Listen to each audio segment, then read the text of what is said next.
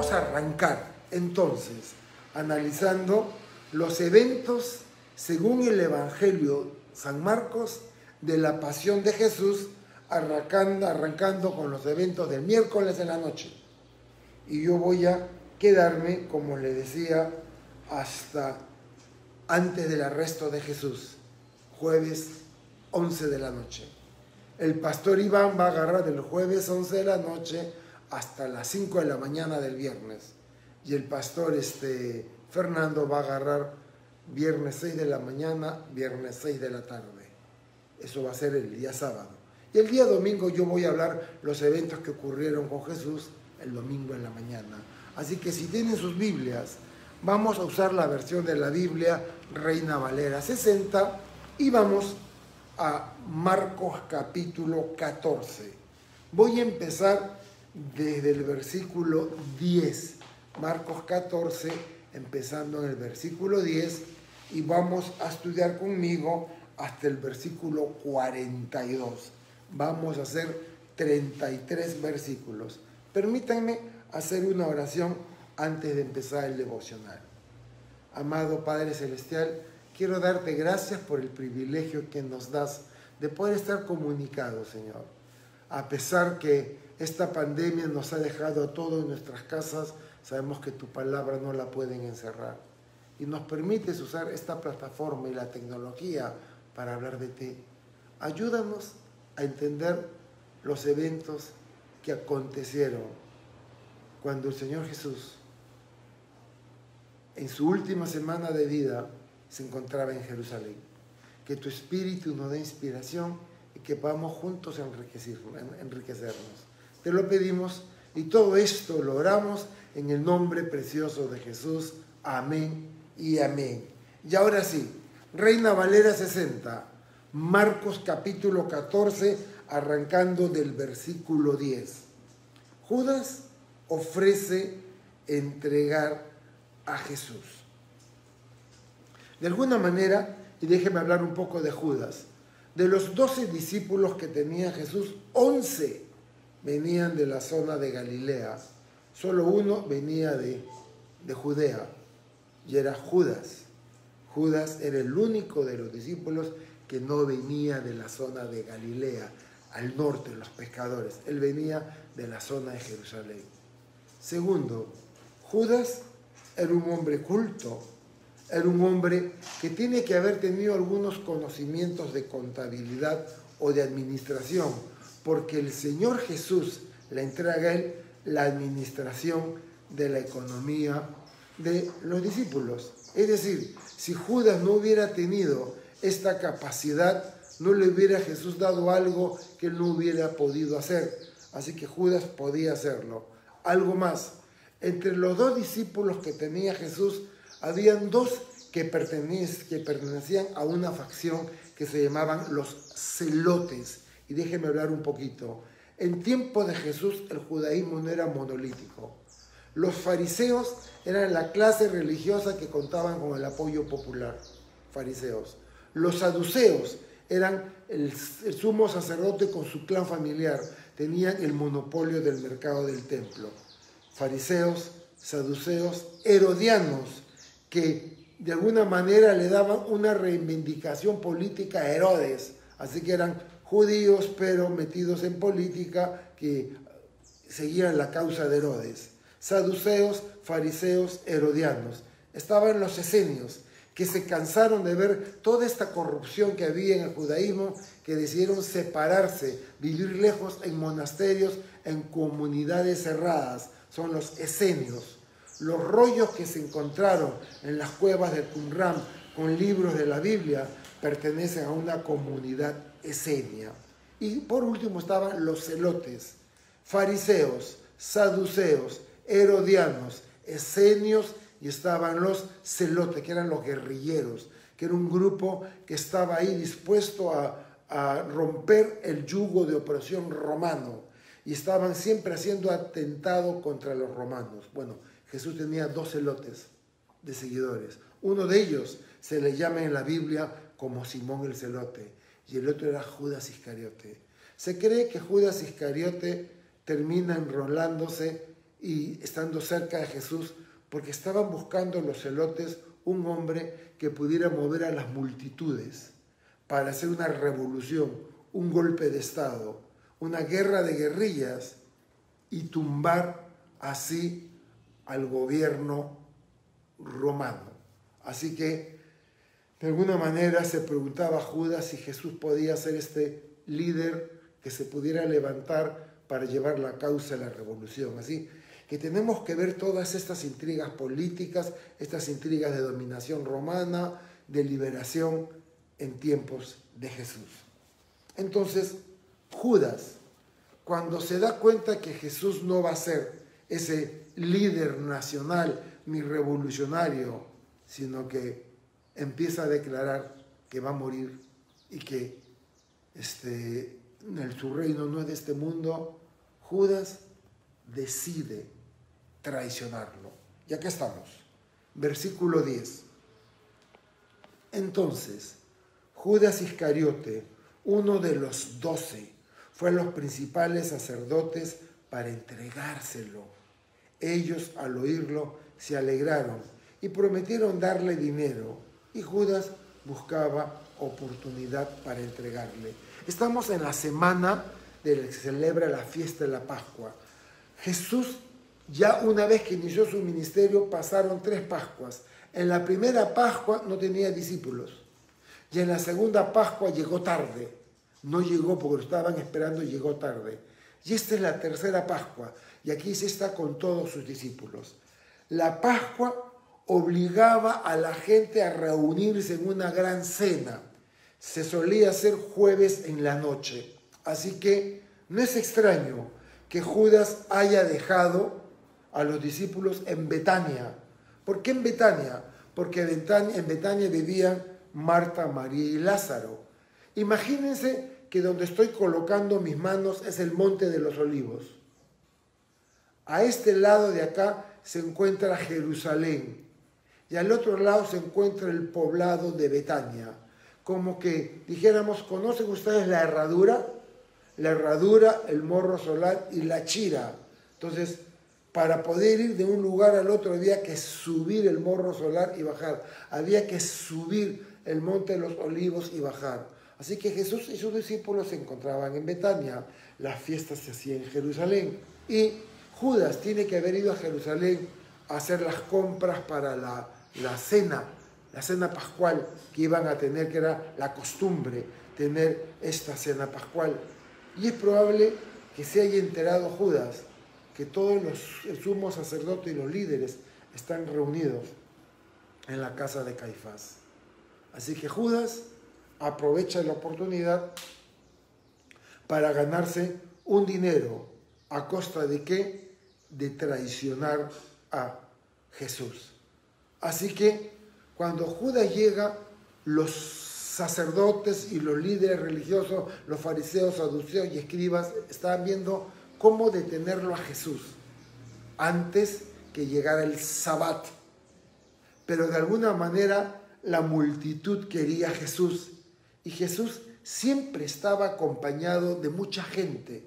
Así que le era muy difícil para ellos tomarlo a Jesús y apresarlo porque la gente y la multitud no lo iba a aceptar y lo iba a impedir. Y allí es cuando llega Judas y ofrece entregarles a Jesús a solas, cuando no hay nadie más que él y sus discípulos. Noten que no se ponen al mismo nivel. Tú eres nuestro socio, Judas, gracias, no. Lo ven como un traidor que viene. ¿Y cuánto quieres? 30 piezas de plata, que era el precio que se pagaba por un esclavo. José, en el libro de Génesis, es un tipo de Jesús, porque él es vendido también por sus hermanos por piezas de plata. José por 20 piezas de plata, Jesús por 30 piezas de plata. La devaluación, quién sabe, pero era el precio de un esclavo en ese entonces. Y José es vendido por sus hermanos y al final le salvaría la vida a todos. Jesús es vendido por Judas, pero nos salvaría la vida a toda la humanidad. Así que acuerdan, nunca fue buena, gracias Judas por ayudarnos. No, siempre lo tuvieron, lo rechazaron. Él era como el apestoso, el traidor, y lo tuvieron allí. Porque cuando Judas se arrepiente, le van a decir, este es tu problema. Tú lo entregaste, tú tendrás que dar cuentas de eso de acuerdo a tu conciencia. Versículo 12, Marcos 14. El primer día de la fiesta de los panes sin levadura, cuando sacrificaban el cordero de la Pascua, sus discípulos dijeron, ¿dónde quieres que vayamos a preparar para que comas la Pascua? ¿Ok? Hay que prepararlas como una Navidad, como una fiesta de acción de gracias. Hay que poner pavo, hay que poner el cordero, no el pavo, preparar toda la comida y le preguntan, ¿dónde quieres que la preparemos? Y envió 2 de sus discípulos, otro de los evangelios, que hay varios, todos los evangelios nos cuentan esto, nos dice que fueron Pedro y Juan. Jesús envía a Pedro y a Juan, a ellos 2, que van a ser protagónicos. Jesús envía a Pedro y Juan y les dijo, vayan a la ciudad, les saldrá al encuentro un hombre que lleva un cántaro de agua, síganlo, y donde él entre, dirán al señor de la casa, el maestro dice, ¿dónde está el aposento donde he de comer la Pascua con mis discípulos? Y él les mostrará un gran aposento alto, ya dispuesto, preparen para nosotros allí. Fueron sus discípulos y entraron en la ciudad y hallaron como les había dicho y prepararon la Pascua. Y acá hay muchas cosas interesantes. Primero, no se nos da mucha información. Sabemos por los otros evangelios que es Pedro y Juan los que van a preparar todos los adornos, los aderezos, las ensaladas, mientras que Judas va a traer el cabrito, el cordero que tiene que haber sido sellado y desangrado de acuerdo a las reglas kosher, de acuerdo a las reglas del templo. Y Judas aprovecha para vender a Jesús y luego de Jerusalén regresa a Betania. Ok, acá está lo interesante, que la cena no va a ser en Betania, en casa de Marta, María y Lázaro. Jesús quiere estar a solas con sus discípulos. Así que de antemano él ya quedó con alguien. Algunos dicen que Jesús, que es Dios y que lo sabe todo, vayan a la ciudad. Están en Betania, la ciudad es Jerusalén. Tenían que subir el monte de los olivos y bajar. Y van a encontrar a un hombre que lleva un cántaro de agua. Algo raro, porque las aguateras, las que llevaban el agua, en tiempos bíblicos eran las mujeres. Así que un hombre que lleva un cántaro de agua no es lo normal.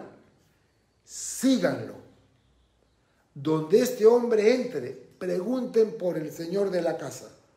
Y le van a decir, el maestro quiere saber dónde está el aposento, donde vamos a prepararle la cena pascual. Ok, muchos comentaristas dicen que la descripción que se da del aposento es un aposento alto, un aposento grande que se encuentra escaleras arriba. Las casas tenían un solo piso, tenían un techo plano y muchos de ellos aprovechaban, ponían una escalera y un aposento, un cuarto grande que lo usaban como depósito o distintos eventos. Es seguro, según la mayoría de los comentaristas, que esta era la casa de Juan Marcos o Marcos, el autor del Evangelio, que se inspira en Pedro, porque Marcos escribió todo lo que Pedro le dice. ¿Por qué esta casa en Jerusalén? Porque más tarde, en el libro de los Hechos, cuando Pedro es apresado y los ángeles lo liberan, él va hasta esta casa y toca la puerta. Así que la mayoría de los comentaristas dicen que el dueño de esta casa era el papá de Juan Marcos. Su esposa, era la hermana de Bernabé. uno de los apóstoles que va con Pablo y viaja con Pablo. Así que allí es donde estos muchachos, Pedro y Juan, ven a este hombre, lo siguen. Estamos en la ciudad de Jerusalén. Cuando llegan, toca la casa y sale el padre de Juan Marcos. Y él dice, ya le tengo preparado. No es un cuartito chiquito, no es un lugar donde está el ganado, el burrito, no. Es arriba, le voy a dar el salón principal. Y este aposento alto es interesante y es importante porque eventos cruciales van a ocurrir allí. Después de la resurrección, cuando se enteran que Jesús ha resucitado, todos los discípulos se reúnen en el aposento alto, allí, en la casa de Juan Marcos. Y Jesús se les aparece. ¿Y recuerdan ustedes Hechos capítulo 2? Cuando llegó el Espíritu Santo, todos los discípulos, María y los 120 se encontraban en el aposento alto. Así que este aposento alto, que era probablemente la casa donde vivía Juan Marcos, porque mañana el pastor Iván va a compartir de un muchachito que huye desnudo. Y es probable que ese muchachito sea Juan Marcos. No aparece en Mateo, ni en Lucas, ni en Juan. Solo Marcos lo relata, y es un relato intrascendente. ¿Por qué Marcos contaría de un muchachito que huye calato, que huye desnudo, cuando lo quieren agarrar? Y pareciera ser que Juan Marcos vivía allí, que cuando Judas viene con la guardia para apresarlo, Jesús ya se fue al Monte de los Olivos. Y cuando Judas toca, ¿dónde está Jesús? En Nazaret, no. Parece que el padre dice, ha venido la guardia del templo, hay también guardia romana, están junto con Judas, están preguntando por Jesús. No, Jesús ya se fue. Y Judas conocía los lugares donde Jesús solía ir a orar. Y allí es cuando Juan Marcos se entera y sale corriendo, agarra un manto, una sábana, porque estaba durmiendo, y sigue a la comitiva. Y ese es el pequeño detalle de Juan Marcos, que lo verán ustedes el día de mañana.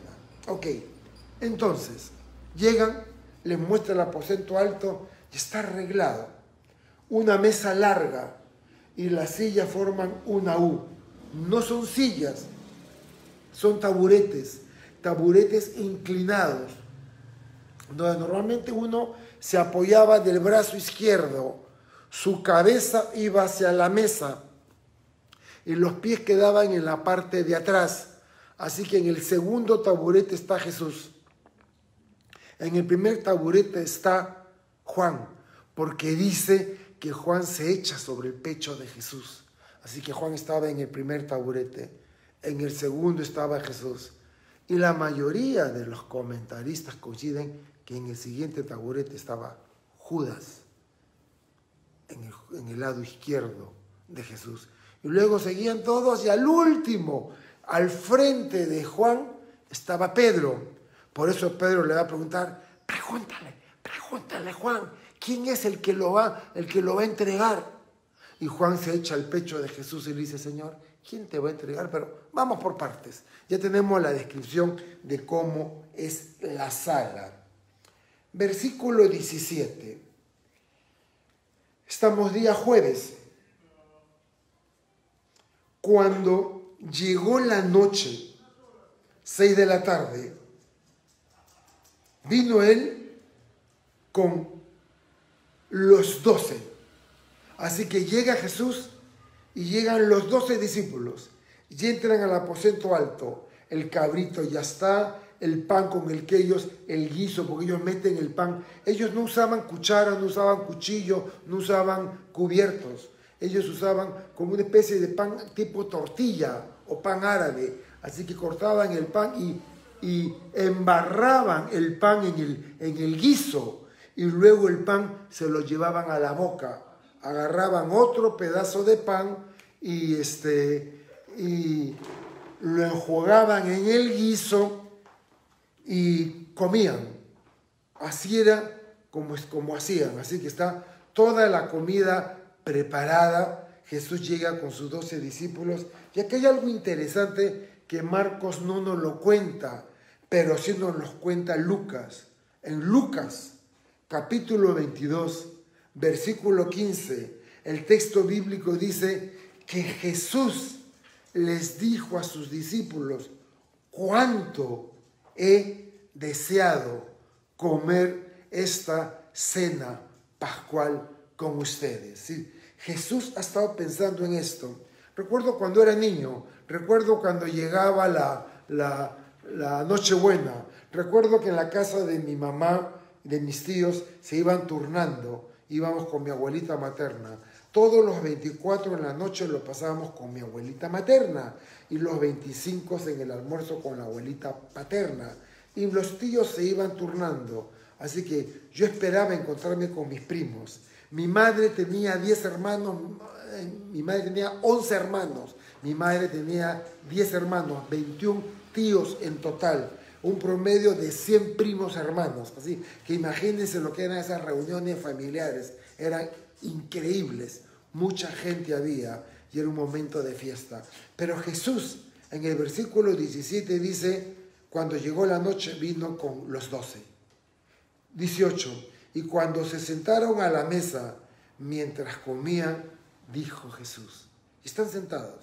Y de repente Jesús dice: de cierto les digo que uno de ustedes que come conmigo me va a entregar.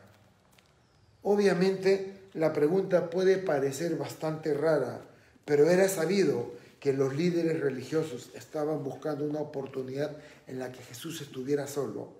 En este caso, en la casa de los padres de Juan Marcos o de Marcos, estaba en Jerusalén. Había fiesta en todas las casas. La casa del costado, la casa del frente, había bulla, la gente estaba comiendo y celebrando. Así que era mucha gente, ese no era el lugar. Pero Jesús dice: uno de ustedes que come conmigo me va a entregar. Entonces ellos comenzaron a entristecerse y a decirle uno por uno: ¿seré yo? Y el otro: ¿seré yo? Él respondiendo les dijo: es uno de los 12 que moja conmigo en el plato. Le dio a Judas, Judas mojó y todos: ¡ajá! Ya lo sabíamos. No. ¿Saben usted por qué todos preguntan: ¿seré yo? ¿Seré yo? Porque no tenían la menor idea quién era. Ni se les ocurría por la cabeza que fuera Judas. Pero algo, se imaginaban que a lo mejor ellos, un momento de debilidad, podrían ser, y preguntan: Señor, ¿seré yo? Yo voy a ser el que te voy a entregar. Nadie se enteró que era Judas, pero Judas sí lo supo.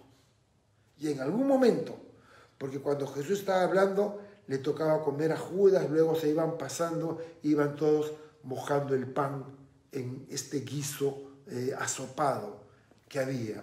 Entonces, nadie se enteró que era Judas, pero de alguna manera Judas sí lo supo. 21. Marcos 14, versículo 21. A la verdad, el Hijo del Hombre va según está escrito de él. Mas ay de aquel hombre por quien el Hijo del Hombre es entregado. Bueno le fuera a ese hombre no haber nacido. Son palabras duras. Y Jesús no es que esté emitiendo un juicio. Ay, el hombre que me va a entregar, más le vale no haber nacido. No, no hay tono de voz. Más bien hay conmiseración. Jesús le está dando a Judas la oportunidad para rectificarse, la oportunidad para confesar su pecado, la oportunidad para... Y Dios siempre nos va a dar oportunidades, solo que no sabrás cuándo es la última. La intención de estas palabras duras no eran otra cosa que hacerlo reaccionar. Versículo 22. Y mientras comían, Jesús tomó pan, bendijo, lo partió y les dijo. En 1 Corintios capítulo 11 el apóstol Pablo va a decir, y esto no me lo contó nadie, me lo dijo el Señor. Pero Pablo no fue discípulo de Jesús. Jesús se le aparece a Pablo camino a Damasco, se le tiene una presencia de Jesús y eso acelera la conversión de Pablo. Y Pablo va a decir que es el Señor quien le habla de esto, pero por un momentito permítanme saltar porque los versículos 22, 23, 24 y 25 los leo primero acá y luego vamos a Corintios. Mientras comían, Jesús tomó el pan y bendijo y lo partió y les dio diciendo, bendice a Dios, el proveedor, el sustentador del alimento en la casa. Y dijo, tomen, esto es mi cuerpo. Los discípulos quedaron en shock porque eso no era lo que se decía. Lo que normalmente se decía, este pan quebrado representa el arduo trabajo en Egipto, donde fuimos esclavos y donde teníamos alimentos de subsistencia, un pedazo de pan. Habíamos estado presos en Egipto porque la cena pascual hablaba de la liberación, de la esclavitud de Egipto. Entonces ellos esperaban que Jesús dijera lo que todos habían estado acostumbrados a escuchar desde que eran niños. Era una tradición en las familias. El padre de familia se levantaba y decía, este pan partido representa nuestra esclavitud en Egipto. Pero Jesús rompe el protocolo, se sale de las líneas y dice, tomen, esto es mi cuerpo. Y luego, tomando la copa, habiendo dado gracias, les dio y bebieron de ella todos.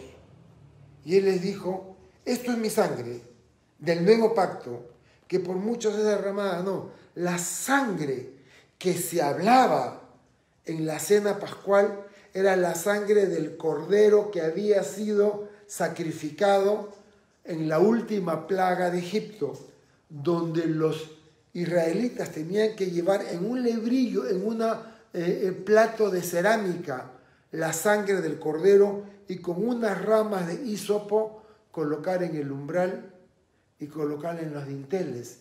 La sangre del cordero, miren, se colocaba el platillo abajo y luego se ponía sangre arriba en el umbral. Se volvía a untar de sangre del cordero y se colocaba al dintel de la derecha y se colocaba al dintel de la izquierda. Y la sangre del cordero ya señalaba los dos maderos de la cruz. Y se hablaba de este sacrificio, cómo fue que la muerte de los primogénitos permitió al pueblo de Dios salir de Egipto. Pero Jesús otra vez se sale del protocolo y Jesús dice que esa sangre representa, es la sangre del nuevo pacto, que por muchos es derramada. De cierto les digo que no beberé más del fruto de la vid hasta aquel día en que lo beba nuevo en el reino de Dios. Y ahora sí vamos a 1 Corintios 11, versículo 23. Porque yo recibí del Señor lo que también les he enseñado, que el Señor Jesús, la noche que fue entregado, tomó pan, y habiendo dado gracias, lo partió y dijo, tomen, comen, esto es mi cuerpo, que por ustedes es partido, hagan esto en memoria de mí. Lo está diciendo Pablo, él no estuvo en la última cena. Asimismo, tomó también la copa, después de haber cenado, diciendo, esta copa es mi nuevo pacto, en mi sangre. Hagan esto todas las veces que la bebiereis, en memoria de mí. 26. Así pues, todas las veces que comieran este pan y bebieren esta copa, la muerte del Señor anuncian hasta que Él venga. Y Pablo instituye la cena del Señor, pero Jesús en la última cena les había dicho hasta que lo beba nuevo en el reino de Dios. Pero nosotros, cuando celebramos del pan y cuando celebramos del vino. Y escuchen, este domingo de resurrección, este domingo en el servicio de las 10:30 de la mañana vamos a celebrar la Santa Cena. Y voy a pedirles que tengan una copa de jugo de uva, una copa de pequeña y un pedazo de pan. Si es mejor galleta, que no sea con levadura, mejor. Y juntos vamos a participar el domingo que se celebra la resurrección de Jesús. Vamos a nosotros recordar su muerte, el pan, su cuerpo quebrado, la copa, su sangre derramada, por gracia, por pura misericordia. La justicia de Dios hizo que nuestro pecado se pagara. La misericordia de Dios hizo que no lo pagáramos nosotros, sino que fuera Jesús. Y la gracia de Dios hace que nosotros recibamos la vida eterna y el perdón de pecados por el sacrificio infinito de Jesús. ¿No es maravilloso? Yo me emociono cuando leo todo esto. Y llegamos al versículo 26. Cuando hubieron cantado el himno, salieron del monte de los olivos. Y por un momentito, salieron al monte de los olivos. Por un momentito, acompáñenme a Mateo capítulo 24. Sí, capítulo 24 de Mateo. En Mateo 24, cuando ellos han salido de la cena, de la última cena, están ellos en la casa de los padres de Marcos, el autor del Evangelio, que es un muchacho de 15, 16 años, y van a salir de allí con Jesús. Judas se ha ido. En un momento Jesús le dice a Judas, lo que tienes que hacer, hazlo ya. Muchos creyeron que Jesús le estaba diciendo a Judas que como él tenía el dinero y había viudas y había gente pobre, que él saliera y le diera dinero a esta gente pobre para que pudiera comer algo en estos momentos de la fiesta de la Pascua. Pero Jesús le estaba diciendo a Judas, sal, ya, lo que vaya a hacer, hazlo ya. Última oportunidad a Judas para decir, Señor, lo siento, no puedo, ayúdame. Pero Judas salió. Así que está Jesús con sus 11 discípulos. Y Jesús dice, vamos al monte de los olivos, de costumbre a orar. Y salen de Jerusalén y para llegar al monte de los olivos hay una quebrada, un valle, que se llama el Valle de Cedrón. En esta época del año, que es la época lunar, llevamos un calendario lunar que se celebraba la Pascua, el pequeño riachuelo se había convertido en un torrente de agua fuerte. No era fácil cruzarlo, pero tampoco era difícil.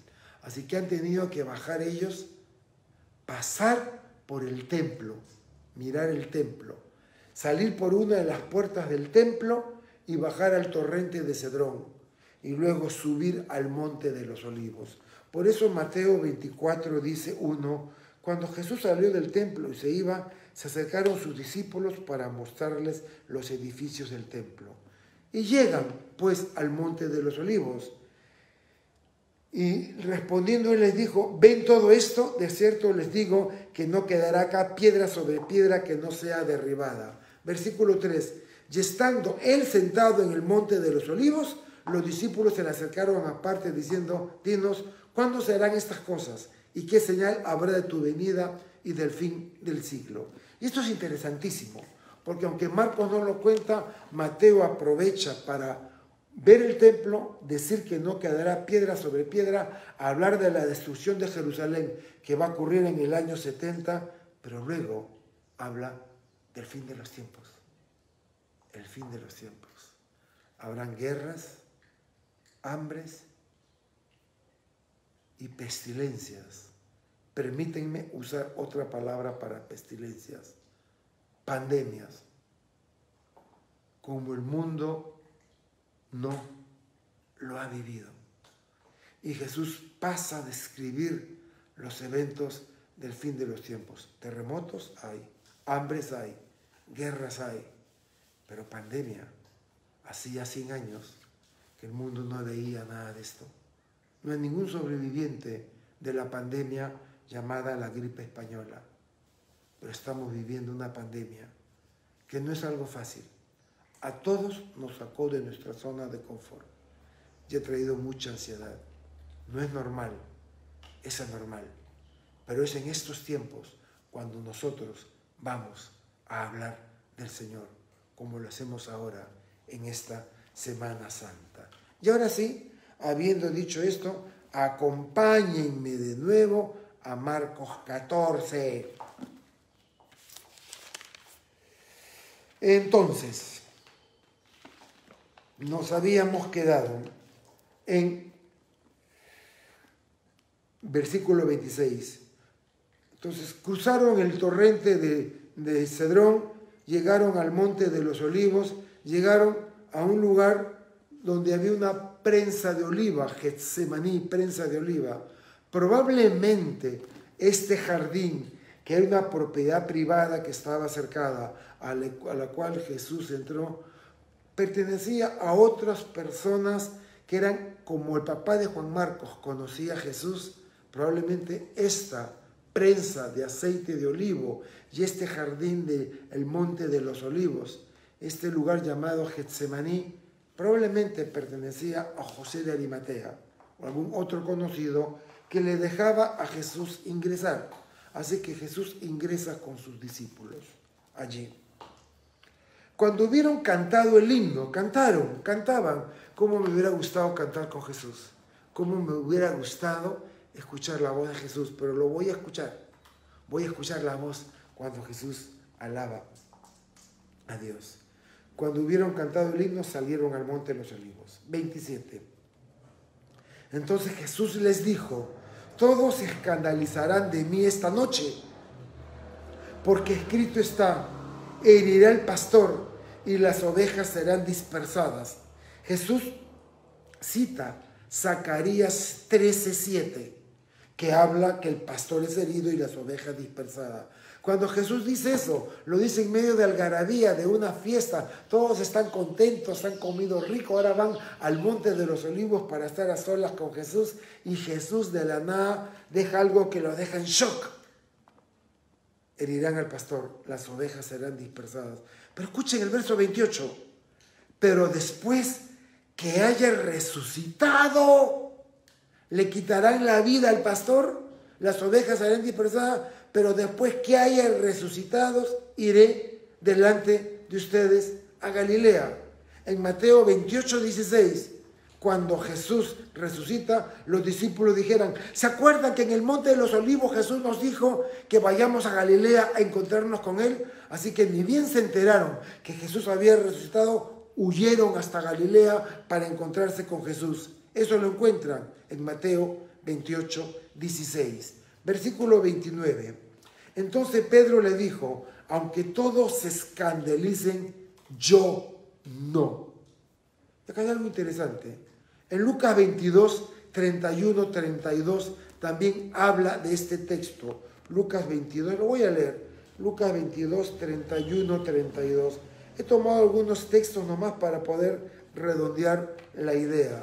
Lucas 22, versos 31 y 32. Y dijo también: Simón, Simón, he aquí Satanás te ha pedido para zarandearte como a trigo, pero yo he rogado por ti que tu fe no falte, y tú, una vez vuelto, confirma a tus hermanos.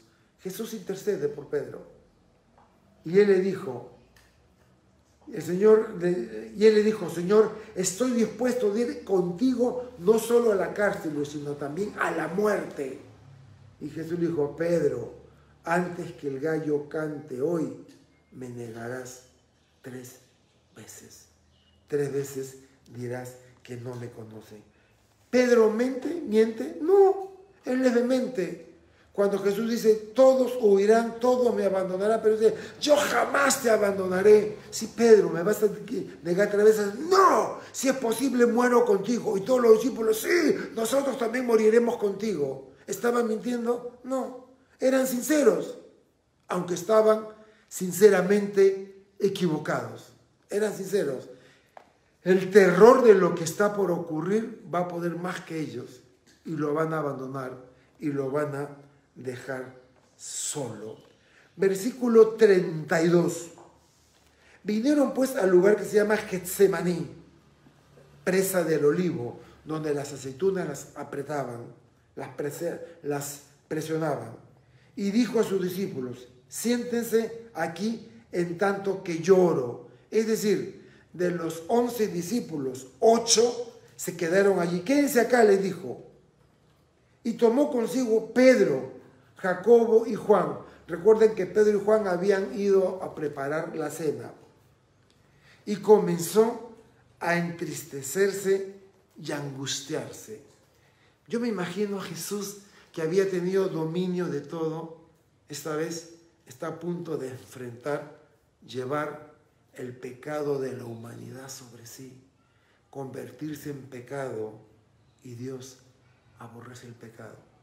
Y Jesús va a cargar con el pecado de la humanidad. Esto lo angustia. Y les dijo, mi alma está muy triste hasta la muerte, quédense aquí.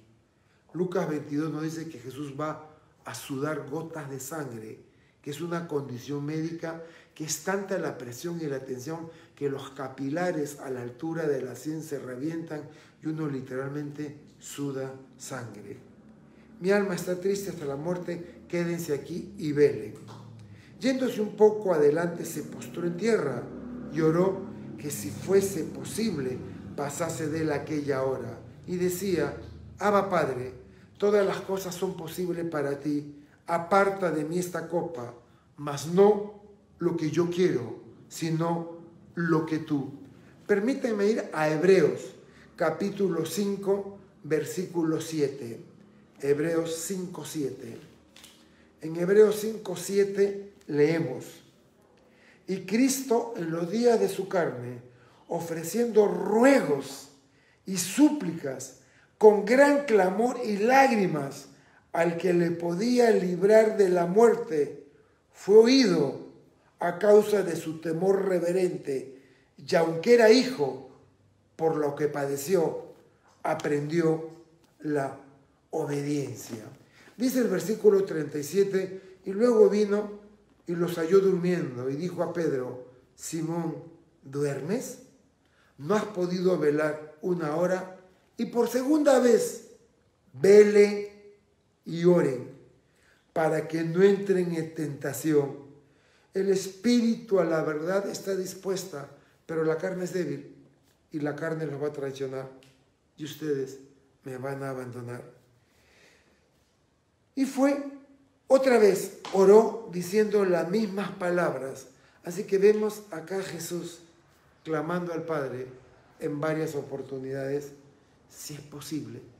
Si hay alguna manera, Padre, que pueda salvar a la humanidad y que yo no enfrente la muerte de cruz, y lo puedes hacer, hazlo, te lo pido.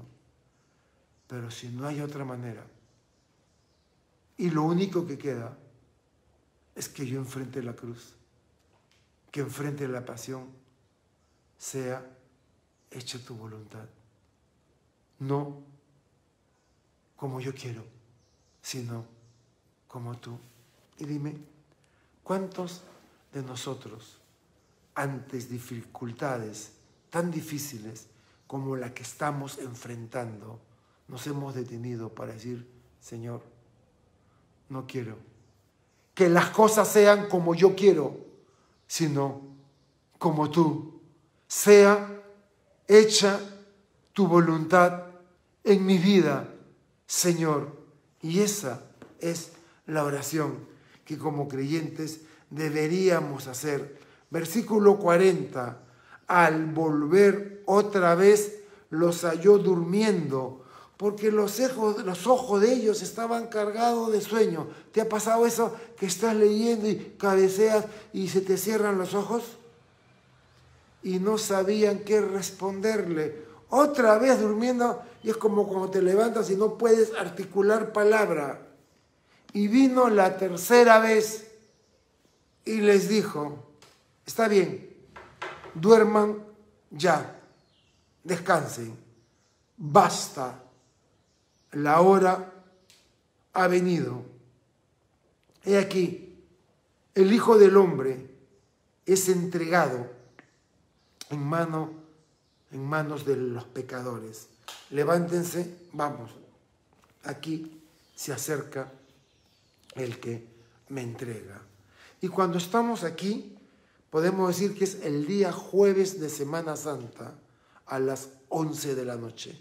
Así que si hoy a las 11 de la noche estás despierto y estés en tu cama, recuerda que ese fue el momento en que Judas Iscariote, con la guardia de palacio y la guardia pretoriana, con palos, fueron a apresar a Jesús.